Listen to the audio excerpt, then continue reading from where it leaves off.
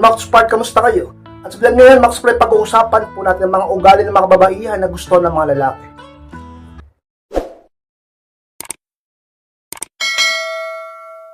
At kung handa na kayong lahat, masana po tayo. At muli, be inspired!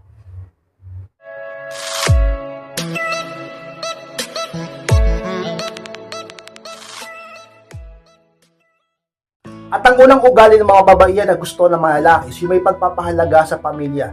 Yan ang isa pinakamahalaga sa aming mga lalakihan ka-inspire at sana ganyan ka. Upang siguradong mas lalo kang magustuhan ng isang lalaki. Sino man yan sa buhay mo. Mister mo, boyfriend mo, o manliligaw mo. Kahit sino pa yan na may pag-ibig sa'yo. Mas lalo kanyang magustuhan. Sa mga ugali at personalidad ng babae na gustong-gusto ng lalaki at hinahanap-hanap namin. Yung babae na may pagmamahal at pagpapahalaga sa pamilya. Lalo na sa mga lalaki na matured na, may edad na, seryoso na, at nagpaplano sa buhay. Profesional. Talaga namang isa pinakamahalaga sa amin yung pamilya. Kaya naghahanap-hanap kami ng babae na may pagpapahalaga sa pamilya. Kaya ka-inspired, sana ikaw nanonood sa akin ngayon. Bilang ikaw ay isang babae, may partner ka man o wala, may pagpapahalaga ka dapat sa pamilya. At isa yun sa mga katangian na tataglayin mo, bagay na magpapa-attract sa'yo, lalo sa lalaki.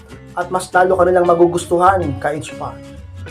At pangalawang ugali ng mga kababaihan, ka-inspire na gusto ng mga lalakis, yung hindi masyadong maluho sa mga bagay-bagay, yan ang pangalawa, ka-inspire. Alam nyo, lahat naman tayo may luho sa katawan, sa buhay. Sapagkat tayo ay tao lang, may mga gusto rin tayo pangarap, goal. Pero huwag ka namang masyadong maluho, na tipong nakakagawa ka na ng mali, nakakapag-isip ka na ng masama. Lahat ng sobra sa mundo ay hindi maganda. At isa sa ayaw naming mga lalaki. Yung babaeng sobrang maluho o sobrang materialistic. Huwag kang maging ganyan.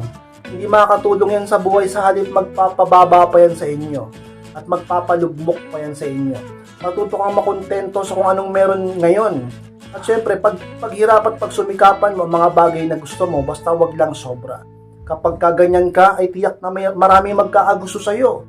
Kapag ikaw ay klase ng babae na simple, marunong makontento, at talaga namang ka-inspire hindi masyadong maluho, ay siguradong magugustuhan ka talaga ng isang lalaki sapagkat isa yun sa pinakagusto namin sa ugali at pagkatao ng isang babae ka-inspire. At ang pangatlong ugali ka-inspire ng mga kababaihan na gusto ng mga lalaki, yung pagiging open-minded, yun ang pangatlo ka-inspire. Totoo yan. At talaga namang isa yun sa pinakahinahangad-hangad namin sapagkat hindi lahat ng tao at hindi lahat ng babae ay open-minded.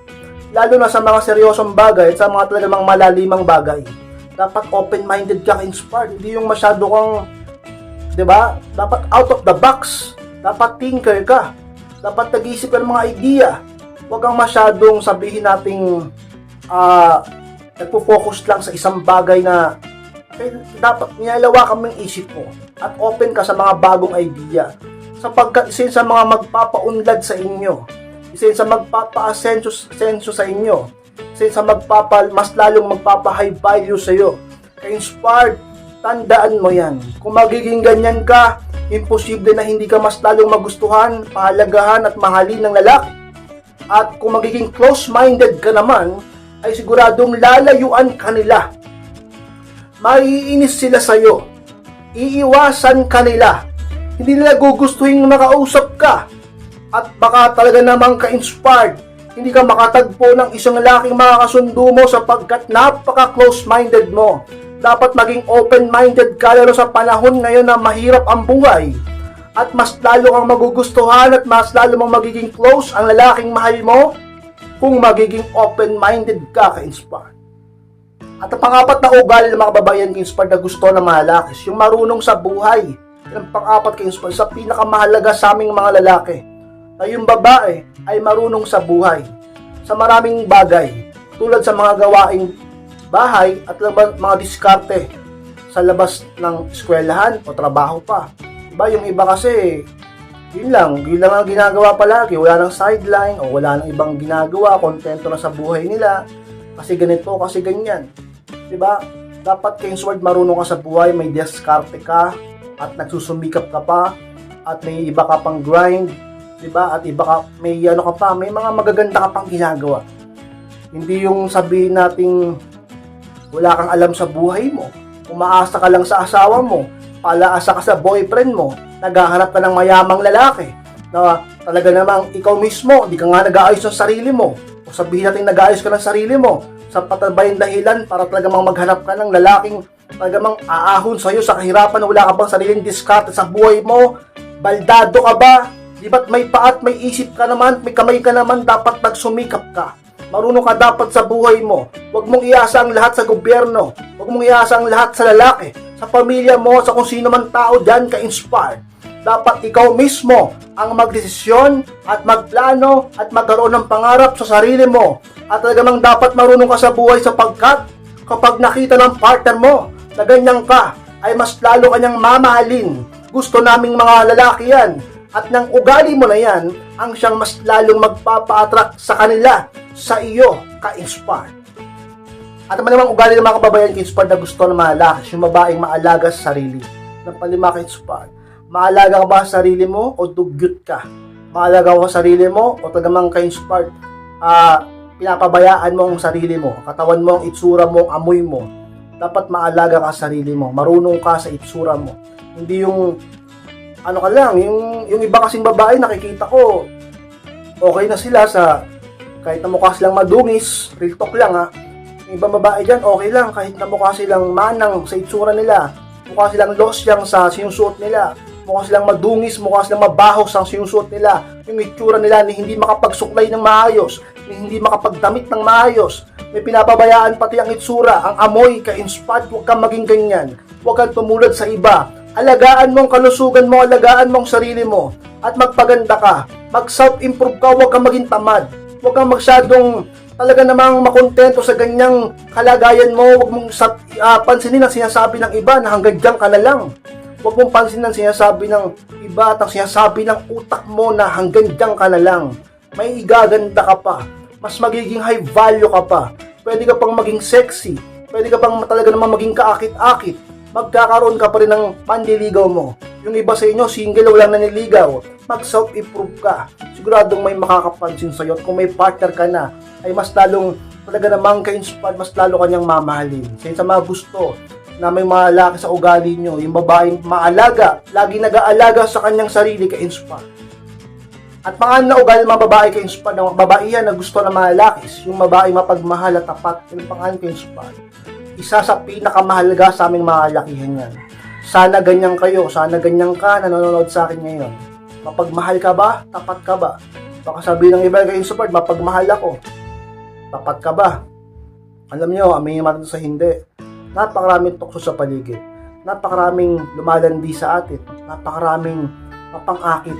Pero dapat ka pa rin maging tapat sa partner mo. Sapagkat isa yun sa magpapatibay sa inyo at bubuon lalo ng pagmamahal niya sa iyo. Gustong gusto ng mga lalaki yan. Yung babaeng tapat at mapagmahal. Ugali ng babae siyang magpapabago lalo sa kanyang buhay sapagkat ang lalaki ay mas lalo siyang papahalagan. Kaya maging mapagmahal at tapat ka dahil kung hindi ka magiging ganyan ay walang tatagal sa iyo. Kung hindi ka magiging tapat at mapagmahal, siguradong iiwan ka ng lalaki. Lolokohin ka, ipagpapalit ka sa iba. Walang tatagal sa iyo. I-ghost ka na lang nila. Baka walang manligaw sa iyo. Baka tumanda ka mag-isa. Baka wala magmahal sa'yo. Baka hindi rin sila maging tapat sa'yo. At hindi ka rin nila mahalin ng totoo. Kaya maging mapagmahal at tapat ka at siguradong may darating sa buhay mo na magiging ganyan din sa'yo. Sapagkat ganyan din ang hinahanap niya. Ka-inspired siya sa mga ugali mga kababaihan na gustong gusto ng mga kalakihan ka-inspired. At mabitong ugali ng mga kababaihan ka-inspired na gusto ng mga lalakis, marunong umiwas sa mga tukso at bisyo ng papito at pinakahuli ka-inspired. Totoo yan. Sana ganyan kayo. Dahil kung hindi ka magiging ganyan ay sigurado ka inspired ang isang lalaki, iiwan ka. Ang isang lalaki mata-turn off sa'yo. Ang isang lalaki malamang sa malamang ay talagang lokohin ka. Ipagpalit ka at makipaghiwalay sa'yo. Gusto mo mangyari yon? At kung ayaw mo mangyari yon, ka-inspired, huwag kang maging ganyan. Umiwas ka sa mga tukso at sa mga bisyo. At sigurado ang isang lalaki ay mas lalo kanyang mamahalin at magugustuhan. Pagmamalaki kanya at iingatan, matakot siya na mawala ka. Kung gusto mong mangyari ang ganyan, ng mga lalaki, talaga makaramdam ka ng pag-ibig sa kanya, ay maging talaga namang ka-inspired, maging tapat ka sa sarili mo na hindi ka magbibisyo at papatol sa mga tukso. Ka-inspired, ganyan ba ang ugali mo? Sana ganyan ka, umiiwas ka sa mga tukso at wala kang bisyo. Dahil, sigurado, isa sa magiging pinakakaakit-akit sa'yo, Isa sa mga talaga namang ka-inspired magugustuhan sa'yo na mga lalaki sa paligid mo at dahilan ng lalaking mahal mo at partner mo kung bakit kanya mas lalong mamahalin at siya ay mananatili sa'yo sapagkat ka-inspired, mapagkakatiwalaan ka at maayos ka sa buhay mo dahil hindi ka ganyan at umiiwas ka sa ganyan ka-inspired. So Max Pad lang po, salamat po Max Pad sa pagtapos po ng vlog nito. Sige pong kalimutan na mag-like, comment, share na rin po upang makatulong din tayo sa iba. Sa mga di po ng subscribe na po Max Pad at click ko na rin pa notification bell upang maging updated kayo pag may bago akong upload. So mga gusto magpa-coaching o magpa-advise, pakimess lang po ako sa Facebook at may profile picture ko at pakichat ako sa Messenger. Ako mismo magre-reply sa inyo. Pag-usapan tayo yung problema sa pag-ibig and relationship. Maraming salamat Max Pad. Mag-ingat kayong lahat. Mahal ko po kayo at muli, be inspired!